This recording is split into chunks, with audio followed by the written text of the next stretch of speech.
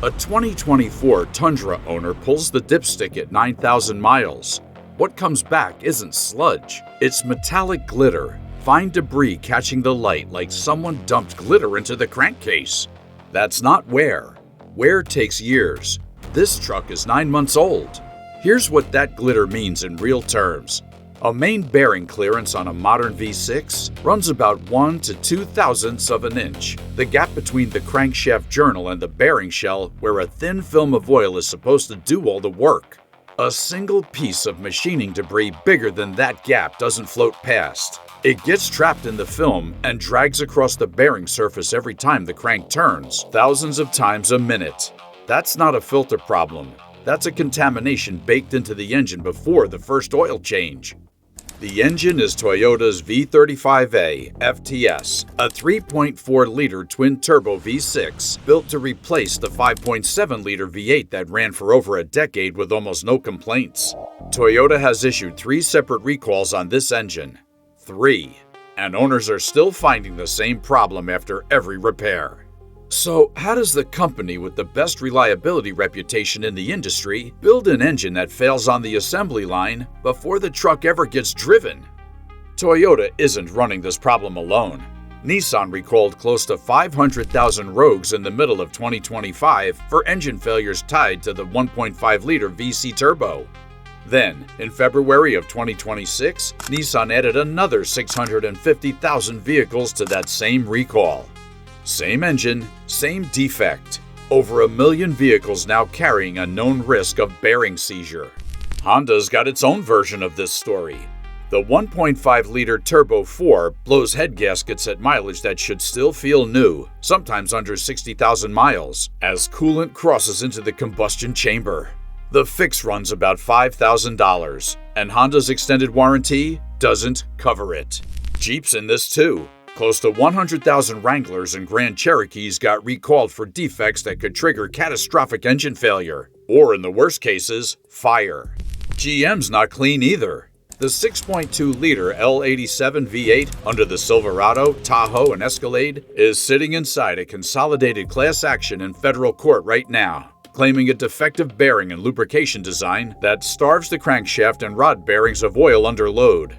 GM already recalled close to 600,000 of these trucks in 2025, and owners kept reporting failures after the repair, which is why federal investigators opened a new inquiry in January of 2026.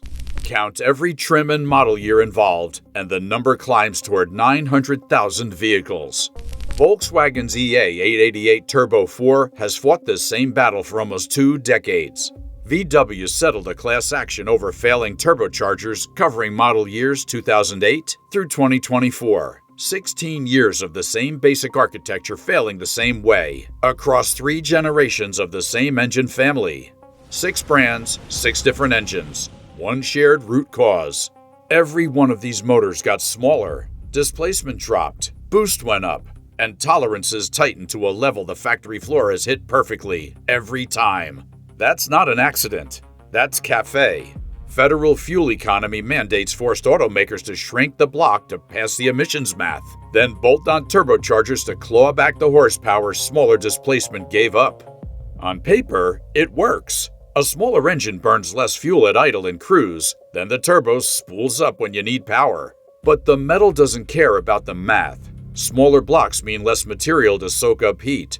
Higher boost means hotter cylinder pressure, hammering bearings built for a gentler, naturally aspirated engine. Tighter tolerances mean thinner oil films with no margin for error. Shrink the engine, and you shrink the margin along with it. Toyota was supposed to be the brand that got this right, the one with the manufacturing discipline to hit those tolerances every time, on every engine, off every line. That's the reputation the Tundra badge built over a decade, and it's exactly what's on trial right now. The 5.7-liter V8 that used to sit under the Tundra's hood ran for over a decade. High mileage didn't scare it. Change the oil, keep the coolant topped off, and it would push past 200,000 miles without a rod bearing ever knowing it was under stress. Built on low compression and tolerances loose enough to forgive a bad batch of oil or a missed service interval. The V35A-FTS doesn't get that forgiveness. Twin turbos push cylinder pressure well past what the old V8 ever saw, and the clearances inside the block are cut tighter to handle it. Less room for error, less room for debris, and debris is exactly what's inside these engines. NHTSA's recall filings describe it plainly.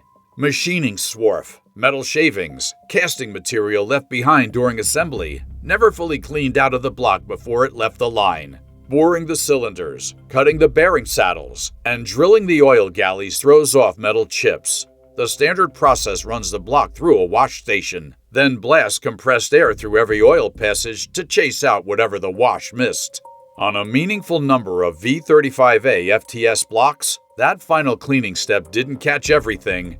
Once the engine fires, oil carries that debris straight into the crankshaft main and rod bearings. The bearing stops floating on its oil film and starts grinding, scoring the crank journal with every rotation. Oil pressure drops as the bearing wears away, until a rod bearing spins in its core. The crank loses support and the engine seizes. NHTSA's language for this is blunt. Loss of drive power, sometimes at highway speed. Toyota's first recall, filed in 2024 as Campaign 24V381, covered roughly 102,000 Tundra and Lexus LX vehicles. The remedy was full engine replacement, not a patch or a bearing swap. A brand new long block, turbos included. Then in November of 2025, Toyota filed again under Campaign 25V767, adding another 126,000 vehicles, most of them the same 2022 through 2024 model years the first recall was supposed to have already covered. Then in May of 2026, Toyota filed a third time, Campaign 26V320, adding roughly 43,000 more 2024 Tundra units, most built at the Alabama assembly plant during a specific window on the line.